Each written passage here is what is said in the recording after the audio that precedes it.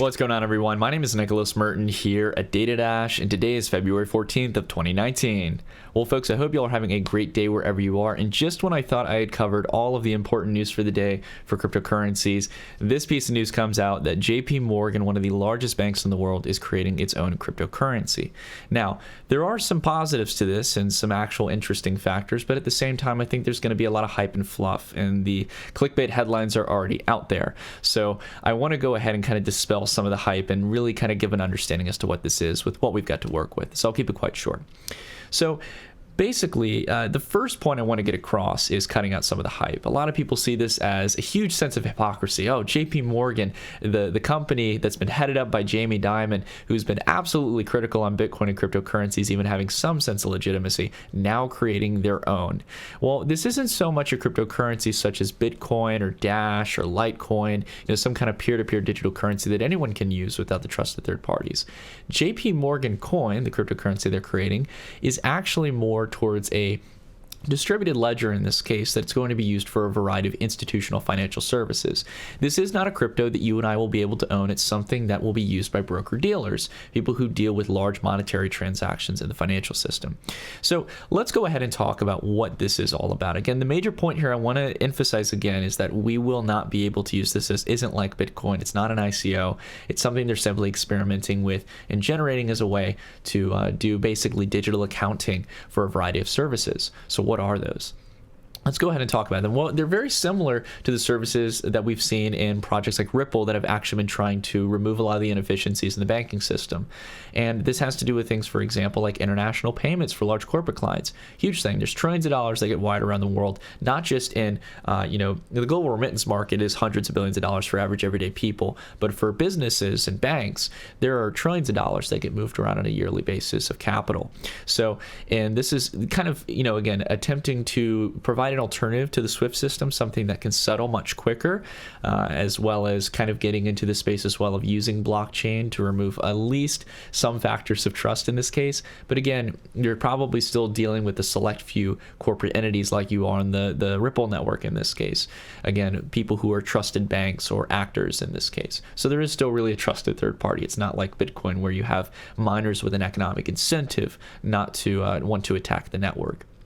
The second thing here is for securities transactions.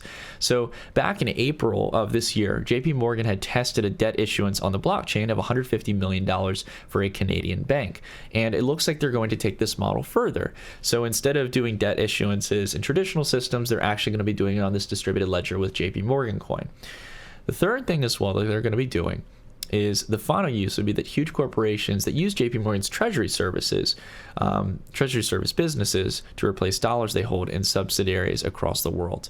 So again, removing any kind of inefficiencies of moving traditional money in this case or dealing with traditional financial products. So we can see these three services are institutional services, as we've mentioned from the get-go. Good news for this is that more than anything, as much as you guys know I'm critical on banking, I'd much rather see us move away from a world of trust in banking. I will say it's good to see inefficiencies removed. Good on JP Morgan. Good to see that at least JP Morgan, and more specifically Jamie Dimon, was sticking to his word, saying that he had seen some potential in blockchain technology and, at least sees that there's some utility here. But let me go ahead and talk to the criticism of this and to the point that I made at the beginning of the video. This is not a cryptocurrency. Let me repeat it. They can call it JP Morgan coin. They can call it whatever they want. This is a currency or a new payment gateway for the financial sector to provide financial services. This is not a distributed, decentralized, relatively trustless and/or trustless cryptocurrency. Okay, we need to get that right off the bat.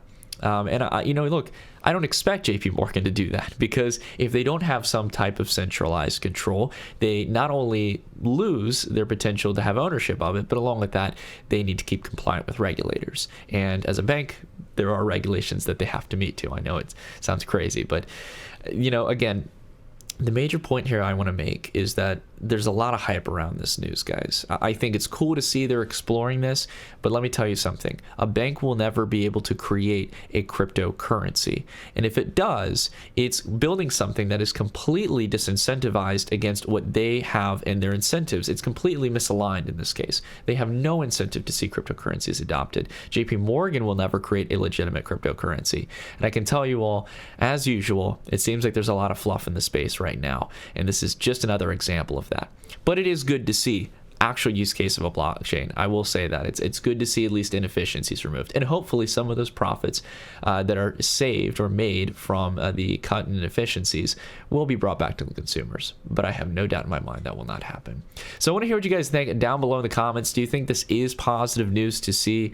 Do you like seeing banks use blockchain? Would you actually settle for using let's say, for example, JP Morgan coin came to a bank near you and actually started to tackle into retail services? Would you use JP Morgan coin?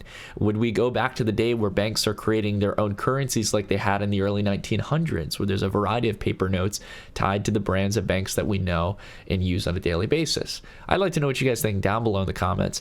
But until the next video, thank you all so much for watching, and I'll see you all in the next one. Stay tuned.